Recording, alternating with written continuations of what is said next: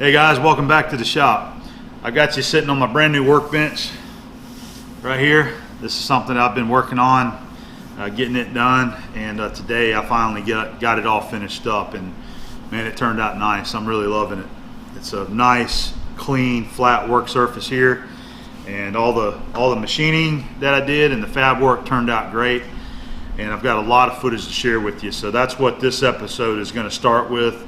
There's a lot of videos, so I doubt I'm going to get it all in one, maybe two, but possibly 3 episodes to get it completed, but we'll see what we can do there. I'm going to hold out on any viewer mail and stuff. I got some other tools and things that I planned on sharing with you, some new stuff, but I just want to get straight into some machining for this episode. And I've also got some machinery alignment on the Victor lathe down there whenever I'd come back from my trip. One of the things that I wanted to do was try to tackle the headstock and tailstock misalignment issues that I was having. And so far, everything's turned out real well. I got some video of that. We're going to throw that in this episode, and we're going to start it off with that. And then we're going to get back on the round weld bosses that I was making for the table legs here. We got that, and then I've actually got some more shaper footage that goes along with the table build. And then we got plenty of fab work to follow up on that. Made use of the fireball squares. Always love being able to use those things. And a couple of little tools that I used, some new stuff for the table build. But anyway, that's what this episode is going to be about. We're going to jump back into this table build right here and the machinery alignment. But other than that, real quickly, I'll say that everything is going really well for me. I posted up on Instagram last week of my progress with my weight loss, and this past month I'm down another 14 pounds. So for all you guys that was guessing that I've been losing some weight, you're right. I have been losing some weight, and everything's doing really well. And I hope that continues every month, that this is a trend to continue to lose weight. And yeah, everything's real good with that. My health is doing really good. So thanks for all the concerns there. And I will continue to keep you guys informed of the progress of that weight loss journey that I told you I was going to be on this year. All right. So I get back to work next week and just back to the regular grind, you know. So hopefully pretty soon I'll have some more footage to share of some heavy machining and stuff going on at my day job. But I still have plenty of projects that I want to do around here, some other things that I need to tackle and get started on. So lots more action that's going to be coming your way. All right, so we're going to go ahead and jump over here and get to the lathe work and the alignment work and all that good stuff that I've been working on. All righty. Another exciting morning for me here in the shop. I just went and picked up my 2 vintage Starrett charts from the frame shop here locally to me. And I don't believe that I've shown these in a video. I shared these on Instagram, but I didn't have them in a video yet. So how I acquired these 2 charts, there's actually 3 of them. I've got the 3rd one hanging in my office, the how to read a micrometer. But there's a man here in town that had a vice collection up for sale on Craigslist. And coincidentally, it was the same man that I bought my power hacksaw from years ago, before I had moved the shop into my existing building right here. So probably 6-7 years ago. So anyway, I recognized the house once I pulled up to it. I was like, man, this is the same guy. So anyway, I looked at his vice collection. I didn't get any of his vices. He didn't have anything that I was interested in. But as I was walking away, you know, we had talked about Starrett, the tools that I look for. As I was walking away, he goes, hey, I have some old Starrett posters upstairs. Would you be interested in those? I was like, absolutely. So we walked upstairs in his house, and these were in a tube. They were rolled up, a bunch of them. They were rolled up in a tube, and we made a deal on them. He was willing to sell it to me. He goes, I'll never do anything with these, and he made me a very reasonable offer for all of them, so I bought them. I got these 2 right here, and I got the one hanging inside, how to read a micrometer, and I also got, this was in the lot as well, the Dumont Minuteman Broaches decimal chart. Actually, it's millimeter to inch, which is super handy for us imperial reading people whenever we do a metric you know, you can just look at the metric number and know what it is in inch there. So that's pretty cool, some of the conversions. All right, so I had dropped these off before I went on vacation and was in no hurry to get them back, but they had called and left a message. So I'm going to pull the plastic down so you can get a little bit better look. Now the posters themselves had a little bit of a wrinkle to them because they're very old. They've been you know, used quite a bit, but they're in beautiful condition.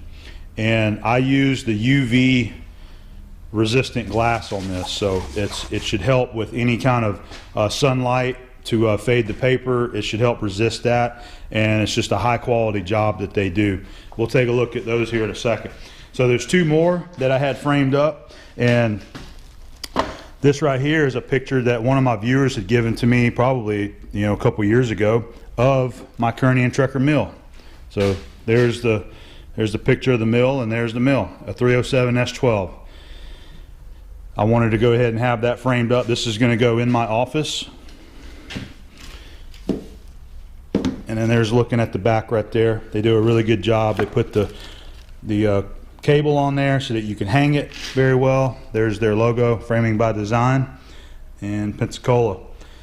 She does an excellent job, high quality work, and she will do whatever kind of quality of framing that you want done. The sky's the limit. They have about 1,000 different possibilities on borders or the you know, the framing trim here, and you know, if you want it matted, if you whatever, you can pick what you want. All right, so I did one more. This is a blueprint that one of my viewers gave me, and I don't recall who it was, so please, you know, leave a comment if you're watching the video to remind us who had sent this in. But this is an original blueprint from Kearney and Trecker, and this is for the S15 milling machine. This is a step up from the one that I have. This is like the one that James Kilroy has in his shop. So an original blueprint. Let me try to get it where it ain't glaring so bad. And I had her frame that up. She did have to trim the edges so that it was square, because when it was cut, it was not cut perfectly square. You know, and she goes over that kind of stuff with you. She's a professional, been doing this stuff for years, so she knows exactly what she's looking at and brings everything to light. So this one's going to go in the office as well as that one, and I have some more things like that I'm trying to get cleaned up and framed for the office. There's a little better shot at the posters, and this is not a standard size, so this is a custom sized frame. And as she had mentioned, there's still going to be some of the wrinkling in there, and the reason behind that is because the way that it's framed is that the glass is not pressing flat up against the actual paper itself. And she says that she could do that by sandwiching the poster between two pieces of glass. But the problem with doing that is I did not want to alter the original chart. These charts have the metal strip running across the top and the bottom so that you can hang them in a shop. I did not want that cut off there. I wanted to leave it original and not have it altered, so I had to sacrifice the little bit of wrinkle in some of the poster by not having it pressed flat against the glass. But she's got it framed up really well where you cannot see the metal strip that's attached to the top of them. And you see just a little bit of the wrinkle in there. But I had accepted that when I dropped it off, and it's going to be fine for shop use. The main reason behind the frames is that I wanted to preserve the paper. I did not want to get oil on it. I didn't want to get the contaminants from a machine shop into the paper, because these things look like they have been well taken care of and wrapped up for a very long time. But this is super cool. I was looking at this when I got it, trying to figure out if there's any of these tools that I don't already have. And let me see, I think the only ones that I don't have is going to be, let me see what, okay, the pocket gauge right here. I also don't have this, the slide caliper. I don't have a Starrett slide caliper. I've got a Stanley, I believe. And let me see, was there anything else? Everything else on there I see I do have. Oh, I don't have this indicator holder right here, but honestly I've never liked that design. I've used one before, but I didn't like it. But other than that, I think everything else on here I do have There's a surface gauge. There's one of the precision levels. I have a height gauge. I have everything there. There's the planer gauge. All right. Here's a look at the back of them right here. Put a nice heavy duty cable, even a hanger there. Okay, that's how the other one looks too. Very good quality of framing. So I'm gonna put these, I had already picked out a spot. They're gonna go right behind the shaper, right on that wall there. I'm gonna take my chopper down. It's been up there a long time, but it's time to take that down from there. And I'm gonna hang my charts right there.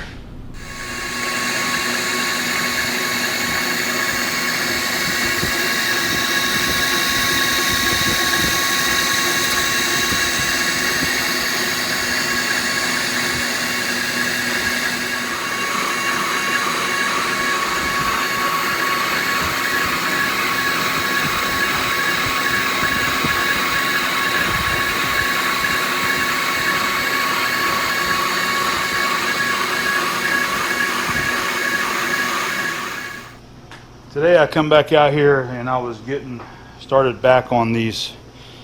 These are going to be some weldments for the table legs that I'm working on. We're going to turn this down. We're going to drill and tap it for our pads to screw into. And back whenever I was facing these things off, we did a video on that, and we went over there to the granite plate and inspected them, and we were showing 2000s concave from the outer diameter to the center right there. And I had mentioned possibly wear in the cross slide, wear in the saddle right here, wear in the ways. It's evident that it does have wear. It's an older machine. But the other thing that I had thought about after that video was the headstock alignment. On these type of machines, a lot of your newer generation machines, your imported machines, these headstocks don't sit on the V-way like some of your older, like my Monarch. The headstock sits on the V and on the flat right there, and the factory, you know, they scraped those things in and made them perfect. These type of machines, the headstocks are bolted down and they have to be aligned, and they're usually aligned at the factory. And I think that this headstock was off, and so what I did was I come over here and turned a little test bar and started measuring, and I was out quite a few thousandths. So I have been trying to get this headstock adjusted in, and on these cuts right here, I'm getting 1/10 difference between the ends. And I think I'm going to leave it right there because it's very time consuming, and I've been working at this thing for a few hours now throughout the day trying to get this thing tweaked in, and I'm happy where it's at. You know, running 1/10. I haven't even measured it, so let's see. That's 4.5 inches there. This one's 5 1/4 inches.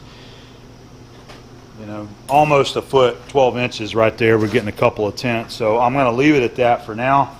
And I want to go back to my setup where we start turning these things, and we might do another face cut to see how this concave distance is working out now that I've got some alignment done.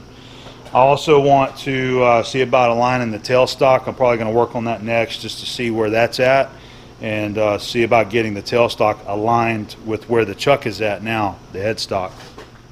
So on this particular machine, being the Victor 1660, you got these 3 bolts on the front of the headstock right there. You need to loosen those, and then you got 2 bolts right there. And then on each side of these bolts you have a set screw.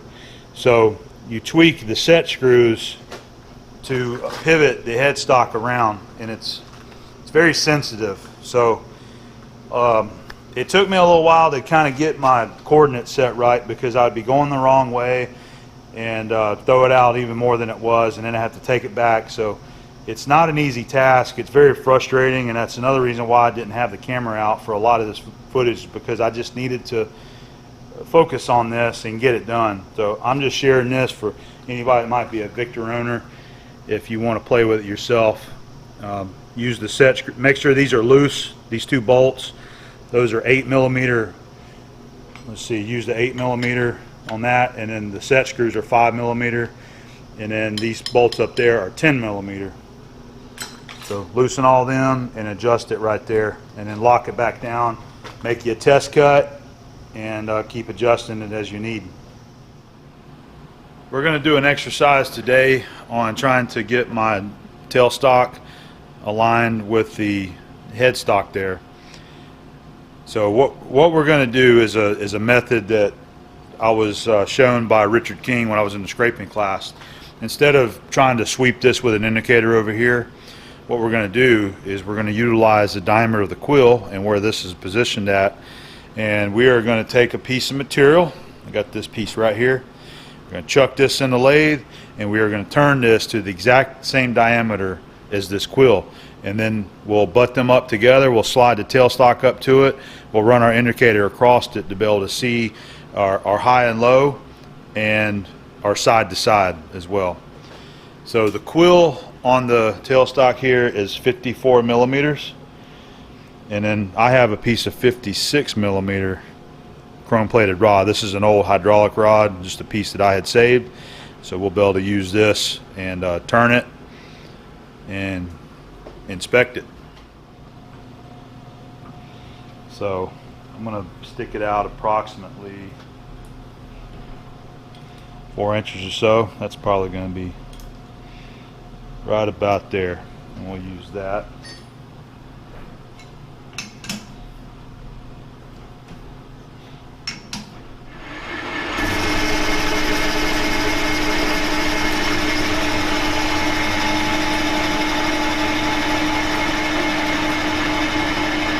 Now you can see that run out from all that tool pressure on that thing. That's one of the downfalls of a 3-jaw chuck. If you don't have any support out here for a workpiece that's sticking out, you have these huge gaps between the jaws where the part is deflecting. That's not always an issue, especially if you've got cleanup cuts to make, but we're not really considering that a problem today. Now I know this is metric, but I'm going to be using my inch tools like I always do. So 54mm is equivalent to 2.126 inches. And we'll verify that with our mic right there. Looks like it's just about dead nuts on that too. Maybe a half a thou under that from what this mic says right here. That one's showing about thousandths under right there. It's probably got a little wear from going in and out of the hole right here. All right.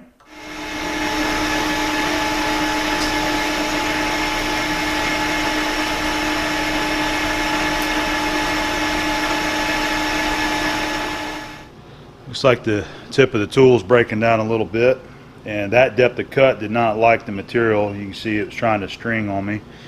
Alright, so it's 150, 65, 166, and we're getting like our half dowel taper right there, so 165 and a half right there. So we've got 40 thousandths. I'm going to split that again. We're going to do 20 thousandths finished cut, so I'm going to slow the feed rate down. I'm going to speed this up. We're going to go 900 RPM. Slow that feed down a bit. We'll take 20 thousandths, and then after this cut, we're going to mic it, and then take whatever's left.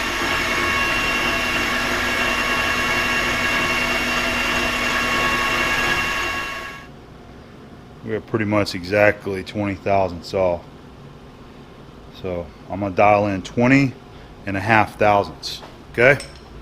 Should put us right there if I can dial it in right. And about a half. It's these lines are so fine on these dials here. It's really hard to split it. Try to go right in the middle of the line there.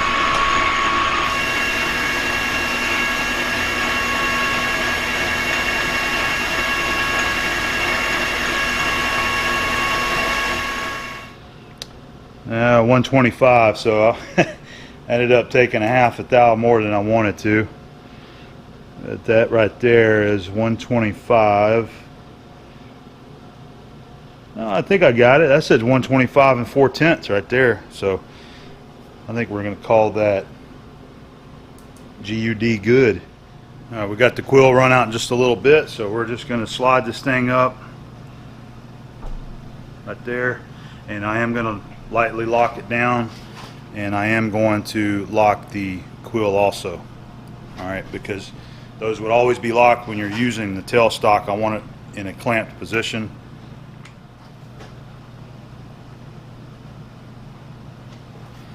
Okay, so this should be side to side. We're going to go ahead and sweep, and it's already moving.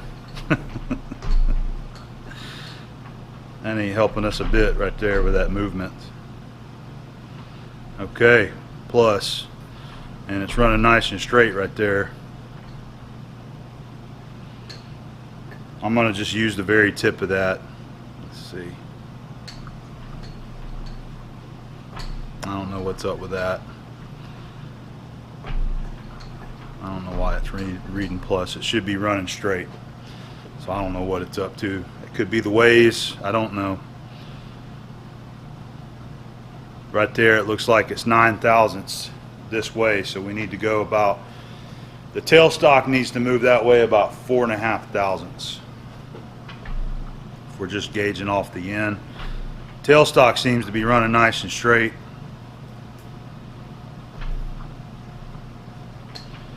Nine. That's about as far as in as I can go. The taper attachment's hitting the box over there. I can never remember which way I have to turn these things, so I just have to start moving it to see what it does. I'm gonna, looks like that's gonna be the wrong way, so snug that one back up. So you got a screw on each side of the tailstock, and this is pretty common with every tailstock on a lathe. Alright, I'm loosening it up slightly, and I'm going to come back to this one. I'm going to push down on it to tighten it up.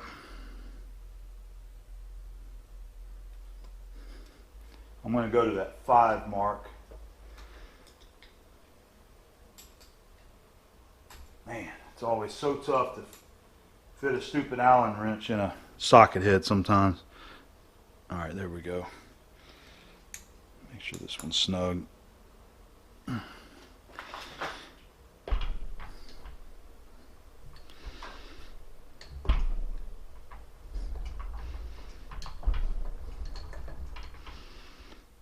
Zero. I don't like that 2 thousandths movement. It's a little annoying. Let's keep going with it. But what you want, I mean, it's pretty simple. This diameter is the same, and this diameter is exactly the same. So when you run your indicator across it, there should be no variation in, you know, elevation difference there.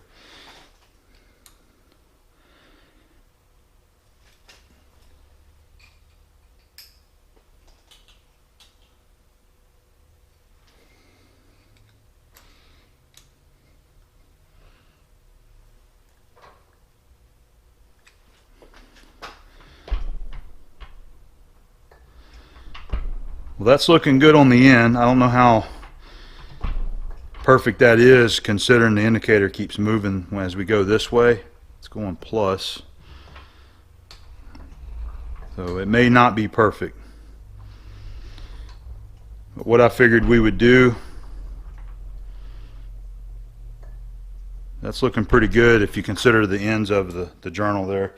Pretty well close. But what we can do also, I've got that tool from Edge Technology that you run between centers. It's a test bar, and we can use that also to see what kind of readings we get with that. So looks like I got side to side pretty well. I may go to the back side and see, you know, if it's repeating over here, but we'll also move to the top, because I'll tell you that there is going to be difference between top and bottom on this, because you got a machine that's at least 40 years old. It's been used a lot in its day, and this thing has been slid back and forth quite a bit, so there is wear underneath that. And the way to correct that is to take this apart and put some shims in there, but we're not going to do that today. I just wanted to get side to side fixed up. Let's see what the indicator says for our elevation, our height there, up and down. Looks like about I'm going to call it about 5 thousandths difference there.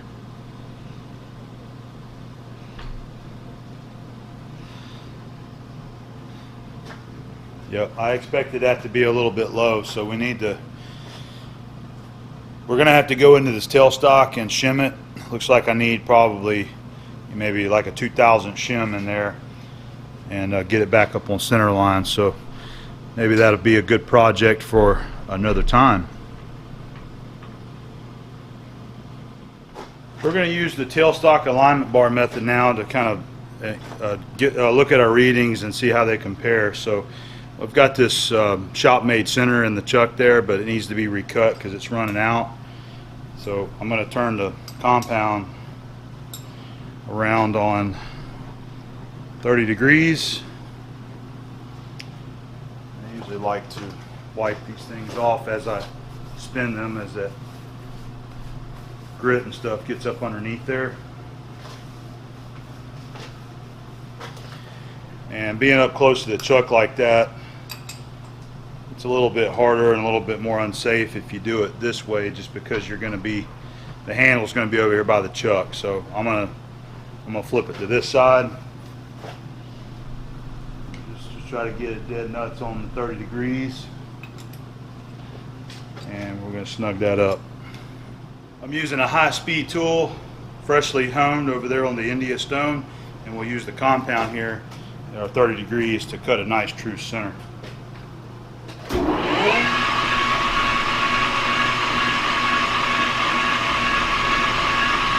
Touch off and then bring the tool back out.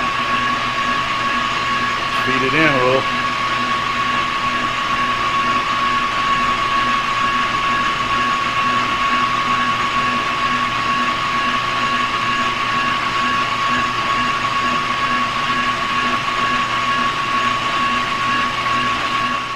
I am using a dead center in the tailstock, and then this is the bar I'm talking about, the Edge Technology Tailstock Alignment bar is what they call it. Stick it in there, run that out just a bit.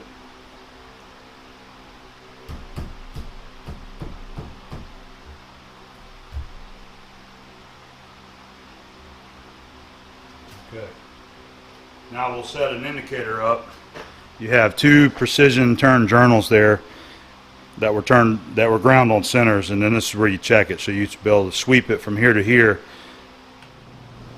Alright, we're going to set up this NOGA and this dial indicator again on this journal right here, try to get everything kind of leveled out. We got our 0 there, and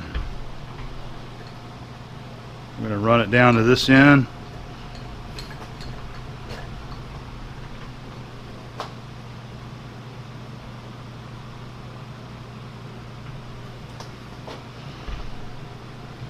Okay, so it looks like we're getting about a 1/2 thousandths difference from end to end. We'll go back and check it. So about a half over there, and that one's still on 0. So it looks like we got about a 1/2 thousandths difference, and I'm happy with where it's at. I'm going to leave it right there.